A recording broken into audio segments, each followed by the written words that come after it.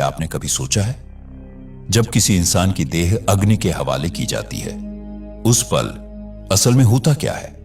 बाहर से तो बस लकड़ियों की चटक सुनाई देती है, धुआं उठता है, लोग रोते हैं, मंत्र गूंजते हैं, पर जो आंखें देख नहीं सकती वही तो असली दृश्य है, क्योंकि उस वक्त आत्मा वहीं होती है, अपने ही शरीर के ऊपर खड़ी, देख रही होती है अपना ही अंत। गरुड़ पुराण कहता है, मृत्यु कोई अंत नहीं, वो आरंभ है उस यात्रा का जिसे हम देखने की हिम्मत भी नहीं करते। सोचिए, अभी कुछ घंटे पहले तक वही व्यक्ति सांस ले रहा था, बातें कर रहा था, हंस रहा था, और अब वही शरीर लकड़ियों पर पड़ा है। आत्मा देखती है, लोग नहला रहे हैं, कपड़े पहना रहे हैं, फूल चढ़ा रहे हैं, हर क्रिया, हर मंत्र एक विदाई है, पर आत्मा इसे मान नहीं पाती। पहली लौ जैसे ही शरीर को छूती है, वो हतप्रभ रह जाती है, सोचती है, ये मेरा शरीर है, इसे क्यों जला रहे हो? वो हाथ बढ़ाती है, पुकारती है, पर उसकी आवाज कोई नहीं सुनता। परिवार विलाप कर रहा है और आत्मा वो मौन होकर देख रही है, अपना ही अस्तित्व राख में बदलते हुए। गरुड़ पुराण के अनुसार मृत्यु के उस क्षण आत्मा अकेली नहीं होती, यमदूत वहीं होते हैं। वे मार्गदर्शन करने आते हैं, पर उनका रूप आत्मा के कर्मों पर निर्भर होता है। जिसने धर्म से जीवन जिया, उसके सामने यमदूत शांत, तेजस्वी और कृपालु होते हैं, पर जिसने अधर्म चुना, उसी के लिए वही यमदूत भय बनकर खड़े हो जाते हैं।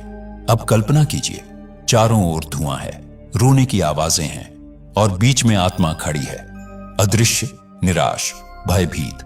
वो अपने प्रियजनों को देख रही है, पर कुछ कर नहीं पा रही। वो पुकारती है, पर कोई नहीं सुनता। जब आग की लपटें सिर तक पहुंचती है, उसे लगता है वो जल रही है, मिट रही है। वो चीखती है, तड़पती है, पर यह केवल भ्रम है, क्योंकि आत्मा को अग्नि छू नहीं सकती। आत्मा ना जलती है, ना मिटती है, वो शाश्वत है, अमर है, पर देह से मोह वही उसे जलन का अनुभव कराता है।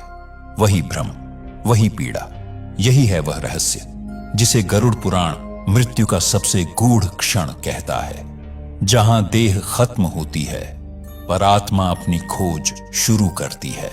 अग्नि शांत हो चुकी है, लकड़ियां राख बन चुकी हैं, और अब वहां कोई शरीर नहीं बचा, बस धुआं है, और उस धुएं के बीच खड़ी है आत्मा, भ्रमित, स्तब्ध। वो समझ नहीं पा रही कि अब जाना कहां है। आसपास परिवार के लोग हैं, पर अब कोई उसकी उपस्थिति महसूस नहीं कर पा रहा। वो पुकारती है, मैं यहां हूं, मुझे मत छोड़ो, पर उसकी आवाज हवा में खो जाती है, और तभी हवा का रुख बदलता है। एक ठंडी सिहरन फैलती है, आकाश अंधकार में डूब जाता है। यमदूत प्रकट होते हैं।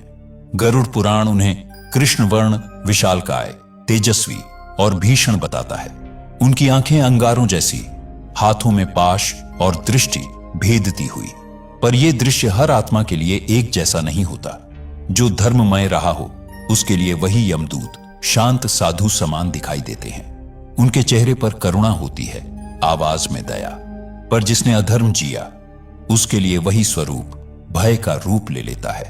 आत्मा डरती है, पीछे हटती है, पर यमदूत कहते हैं, मत डरो, तुम्हारी यात्रा अब प्रारंभ होती है। चारों ओर सन्नाटा है, धरती पर परिजन विलाप कर रहे हैं, और ऊपर आत्मा अपने कर्मों का भार लेकर एक अज्ञात दिशा में चल पड़ती है।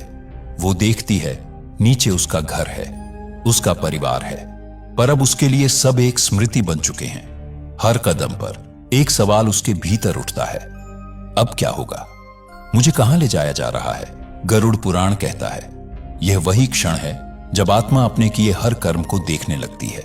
हर क्रिया, हर गलती, हर पुण्य जैसे किसी दर्पण में दिखने लगते हैं। और तभी आत्मा समझती है, मृत्यु अंत नहीं थी, वो तो सिर्फ द्वार था, वो राह जो उसे अपने सत्य तक ले जाएगी। धीरे धीरे वो संसार की सीमाओं से बाहर जाती है। समय थम जाता है, सांस, शब्द, विचार सब मौन। बस एक आवाज गूंजती है, चलो अब तुम्हें न्याय के द्वार पर पहुंचना है। आत्मा अब धरती से बहुत दूर निकल आई है। नीचे दुनिया धुंधली हो चुकी है और ऊपर अंधकार की परतें खुलने लगी हैं। हर कदम पर सन्नाटा है, न कोई आवाज, न कोई स्पर्श। बस दूर से आती हुई एक अजीब करुण पुकार। यमदूत आगे बढ़ते हैं और आत्मा उनके पीछे पीछे चलती है। हर दिशा में अनदेखी आकृतियां हैं, कभी रुदन की आवाजें, कभी किसी की फुसफुसाहट, जैसे अनगिनत आत्माएं अपनी यात्रा में भटक रही हों। गरुड़ पुराण कहता है यह वही मार्ग है जहां आत्मा अपने कर्मों की गंध महसूस करती है।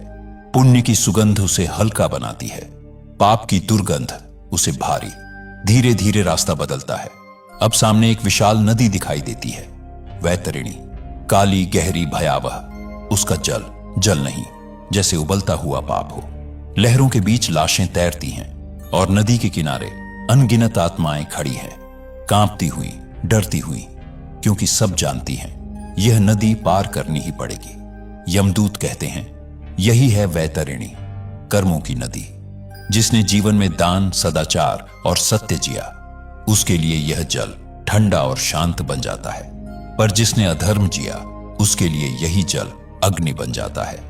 आत्मा नीचे झांकती है, नदी के बीच से उठती गर्मी उसकी चेतना तक पहुंचती है। वो डरती है, क्या मैं इसे पार कर पाऊंगी? गरुड़ पुराण में लिखा है यही आत्मा का पहला बड़ा परीक्षण होता है।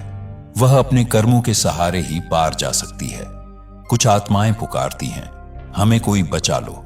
कुछ वहीं डूब जाती है, कुछ अपने पुण्य के सहारे तैर जाती है। जो आत्मा धर्म से जुड़ी होती है, उसके लिए वही नदी एक सेतु बन जाती है, जैसे कोई अदृश्य शक्ति उसे पार करा रही हो। और जब आत्मा उस पार पहुंचती है, अचानक एक अद्भुत प्रकाश फैलता है। दूर कहीं यमलोक के द्वार दिखाई देते हैं, विशाल, गंभीर, अग्नि की आभा से चमकते हुए। यमदूत रुकते हैं और धीरे से कहते हैं अब यहां से आगे तुम्हारे कर्म बोलेंगे। आत्मा सिर झुकाती है। वो जानती है अब कोई बहाना, कोई छल नहीं चलेगा।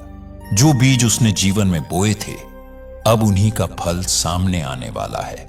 धीरे धीरे वो यमलोक के द्वार के सामने खड़ी होती है। चारों ओर मौन, बस एक आवाज, चित्रगुप्त तुम्हारा इंतजार कर रहे हैं। क्या वही है चित्रगुप्त का दरबार, जहां हर आत्मा को अपने हर कर्म का लेखा देना पड़ता है।